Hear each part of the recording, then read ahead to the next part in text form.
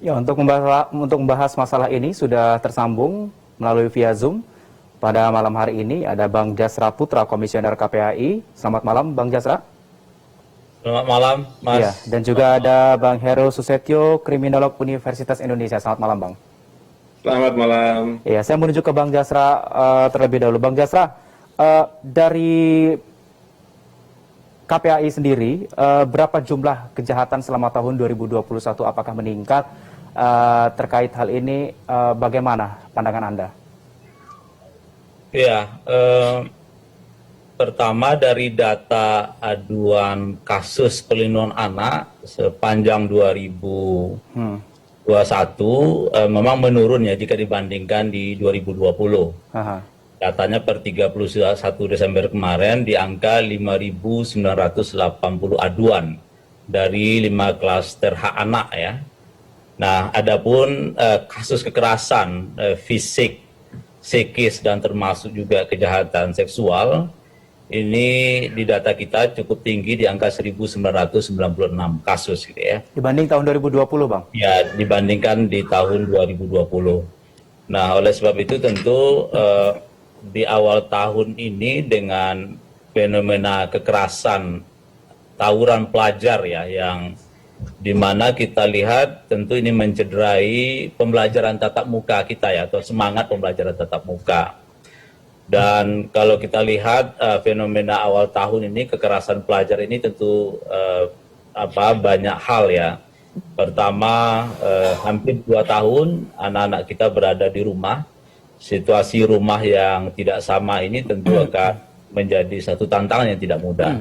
Kemudian yang kedua, pelajar-pelajar kita memang setelah PTM itu perlu pengawasan ya. Jadi belum terstruktur benar ya bagaimana anak-anak kita ini katakanlah dari waktu 24 jam sehari semalam itu perlu kegiatan-kegiatan yang mampu mengalihkan ya kekuatan lebih daripada para pelajar kita ini gitu Mas. Baik. Saya ke Bang Heru. Bang Heru, Anda melihat kondisi seperti ini bagaimana? Bahkan yang menjadi miris begitu ya ironisnya adalah kejadian ini hanya untuk semata-mata untuk mempertahankan seperti eksistensi di komunitas ataupun kelompok mereka, Bang Heru. Ya, terima kasih. Ini sebenarnya fenomena yang bukan baru ya, sebenarnya sudah berlangsung cukup lama juga. Hanya mungkin muncul kembali karena mungkin pandemi dianggap sudah mulai mereda dan anak-anak kembali keluar. Ya, ada kejenuhan juga, kejenuhan karena sekian lama di rumah atau sekian lama tidak bisa bergerak. Juga akhirnya karena terlalu banyak berkomunikasi via media sosial atau via ya saling tantang-nantang via sosmed, kemudian entah via Instagram atau via TikTok dan sebagainya, yang itu ditanggapi secara serius dan kemudian juga kan anak-anak biasanya juga ada semacam solidaritas kelompok ya, ingin diakui sebagai bagian dari kelompoknya, sebagai bagian ritual masuk kelompoknya, dan itu mereka laksanakan betul karena dalam rangka solidaritas. Karena mungkin kalau satu sama satu belum tentu berani, kalau one by one belum tentu berani, cuma karena ada kelompok, karena ada semangat kelompok dan ingin membuktikan pada kelompoknya saya ini bagian dari kalian.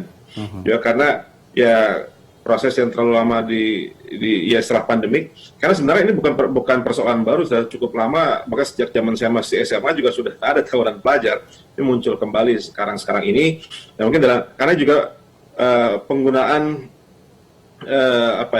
media sosial yang juga cukup masif ya, dan karena tidak semua konten dari sosial media juga sehat, malah kadang-kadang malah destruktif untuk perkembangan dan tumbuh kembang anak-anak kita. Ini saya kira juga sosmed turut berkontribusi dan juga peran keluarga yang semakin berkurang ya, karena mungkin peran ayah dan peran ibu dan orang keluarga yang juga mungkin kurang optimal. Baik, kita akan lanjutkan perbincangan kita Bang Heru dan juga Bang Jasra usai jeda yang satu ini. Tetaplah bersama kami di Newsroom.